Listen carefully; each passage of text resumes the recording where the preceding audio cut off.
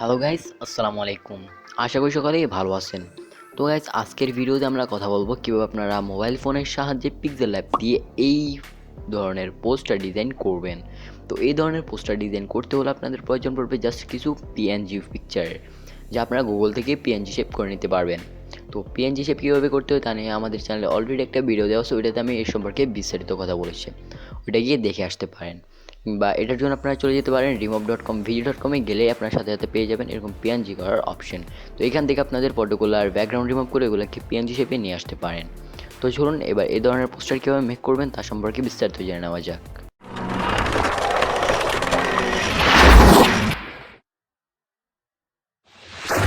প্রথমে আমরা চলে যাব গুগলে। যেহেতু আমি আমার নিজের পিক দিয়ে বানাবো না, তার জন্য আমি গুগল থেকে যে কোনো একজনের পিকচার নিয়ে নেব, লাইক কোনো সেলিব্রিটি বা কোনো প্লেয়ার, যে কোনো একজনের নিলেই হবে। দেন এখানে এসে সার্চ করব সাকিব আল হাসান পিকচার্স বা পিক। তো যে কোনো একটা সার্চ করার পর আমাদের কিছুক্ষণ ওয়েট করতে হবে। দেন আমরা চলে যাব ইমেজেস অপশনে, তারপর লোডিং হবে। তারপর এখান থেকে আমি আমার পছন্দ মতো যে কোনো একটি পিকচার নিয়ে নেব। তো আপনারা যদি আপনাদের নিজের ফটো দিয়ে বানান, তো আপনার নিজের ফটো দিয়ে এটাকে যে কোনো একটি ফটো নিয়ে নেবেন। দেন আমরা এখান থেকে ব্যাকগ্রাউন্ডের জন্য বাংলাদেশের একটি পতাকা নিয়ে নেব। তো বাংলাদেশের পতাকা তো আমরা সেম সিস্টেমে এখান থেকে এসে ডাউনলোড করে নেব। তো এটার উপর ট্যাপ করে ধরে রাখলে দেন ডাউনলোড অপশনটা আসবে, এখান থেকে আমরা এটাকে ডাউনলোড করে নেব। এগুলোর ব্যাকগ্রাউন্ড রিমুভ করার জন্য চলে যাব bg.com ওয়েবসাইটে। তো জাস্ট বিজি লিখলেই চলে আসবে।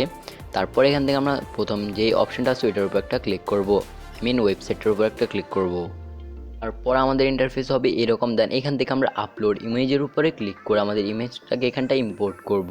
আমাদের এইটা এখান থেকে যে প্রসেসিং হচ্ছে, তো এখানটা আমার এটা হবে না, তো আমি আরেকটা ট্রাই করব। আমাদের এটা না হওয়ার কারণ ছিল আমাদের নেটওয়ার্ক ইস্যু ছিল। তো এখন আমাদের নেটওয়ার্কটা ঠিক হয়েছে। তো এখানটা দেখতে পাচ্ছেন আমাদের ছবিটা রিমুভ বিজি হয়ে গেছে। তো এখান থেকে আপনারা আপনাদের ফটোটাকে এরকম বিজি রিমুভ করে পিএনজি শেপে নিয়ে আসতে পারেন। তো দেন আমরা চলে যাবো পিক্সেল ল্যাবে আসার পরে এখান থেকে আমরা কালো একটা ব্যাকগ্রাউন্ড চুজ করব। তো কালার অপশানে গিয়ে এখান থেকে একটা কালো ব্যাকগ্রাউন্ড চুজ করে নেবেন।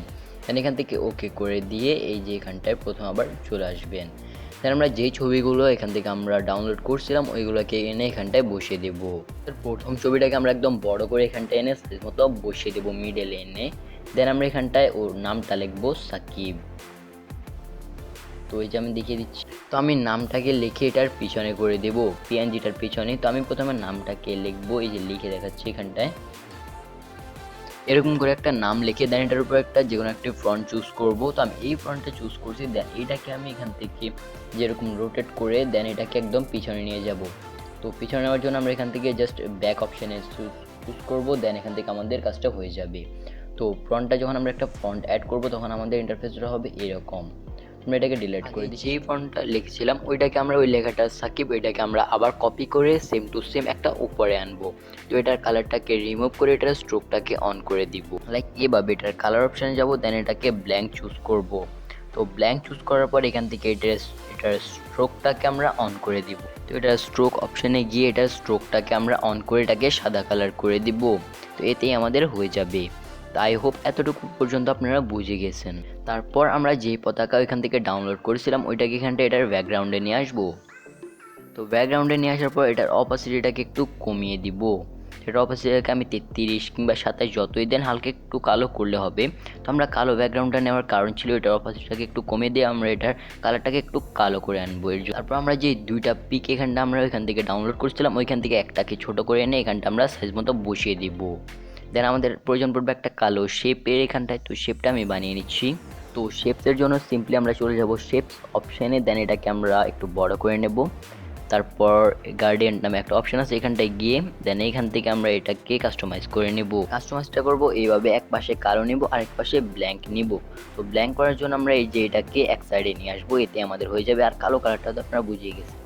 দেন এইখান থেকে আমরা এভাবে করে আমাদের উপরে একটা সাদা একটা আলো থেকে যায়, এর জন্য আমরা চলে যাবো আবার কালার অপশানে। দেন এটাকে অন করে দিয়ে এটার কালারটাকে আমরা একদম ব্ল্যাক করে নেব। তারপর এখানটায় এনে সাইজ মতো বসিয়ে দিব। তো আমার বসানোটা এখানেই ডান। এরপরে আমরা এখানটা একটা লেখা অ্যাড করব, এর জন্য আমরা কালো শেপটা নিছি যেন লেখাটা এখানটায় মিশে না যায়। তো এখানটা আমাদের লেখাটা আরও ভালোভাবে দেখা যাচ্ছে। তো এখন আমি এটার ফোনটাকে রোটেট করে রাখছি, এর জন্য লেখাগুলো ছোট দেখাচ্ছে। এরপর জাস্ট লাস্টলি আমাদের এই যে চ্যানেল লোগোটা আমরা কর্নারে বসে দেবো। দেন এটাকে আমরা এক্সপোর্ট করে নেব। তো এক্সপোর্টের জন্য সিম্পলি এখানটা এই যে এই অপশানটাতে চুজ করব। দেন এইখান থেকে আমরা সেভ ইমেজে গিয়ে এটাকে আমরা আলট্রা কিংবা ভেরি হাই দিয়ে এটাকে আমরা এক্সপোর্ট করে নেব। তো এর নিচে দিলে ছবিটা ফেটে যেতে পারে, এর জন্য আমরা ভেরি হাইতে চুজ করে দেন এটাকে সেভ টু গ্যালারিতে দিয়ে এটাকে সেভ করে নেব। তো আই হোপ আজকের ভিডিওটা আপনারা পুরোপুরি বুঝে গেছেন, অ্যান্ড ভিডিওটি ভালো লেগে থাকলে নিশ্চয়ই একটা লাইক করে দিবেন, অ্যান্ড চ্যানেলটিতে নতুন হয়ে থাকলে চ্যানেলটিকে সাবস্ক্রাইব করে পাশে থাকা বেল নোটিফিকেশনটিকে অন করে দিবেন আমাদের এরকম নতুন নতুন ভিডিওগুলো সবার আগে পেতে চাইলে। তো দেখা হচ্ছে পরবর্তী কোনো ভিডিওতে, ততক্ষণ জন্য ভালো থাকবেন, সুস্থ থাকবেন, রিফাত টেকের পাশে থাকবেন, অ্যান্ড আল্লাহ হাফেজ।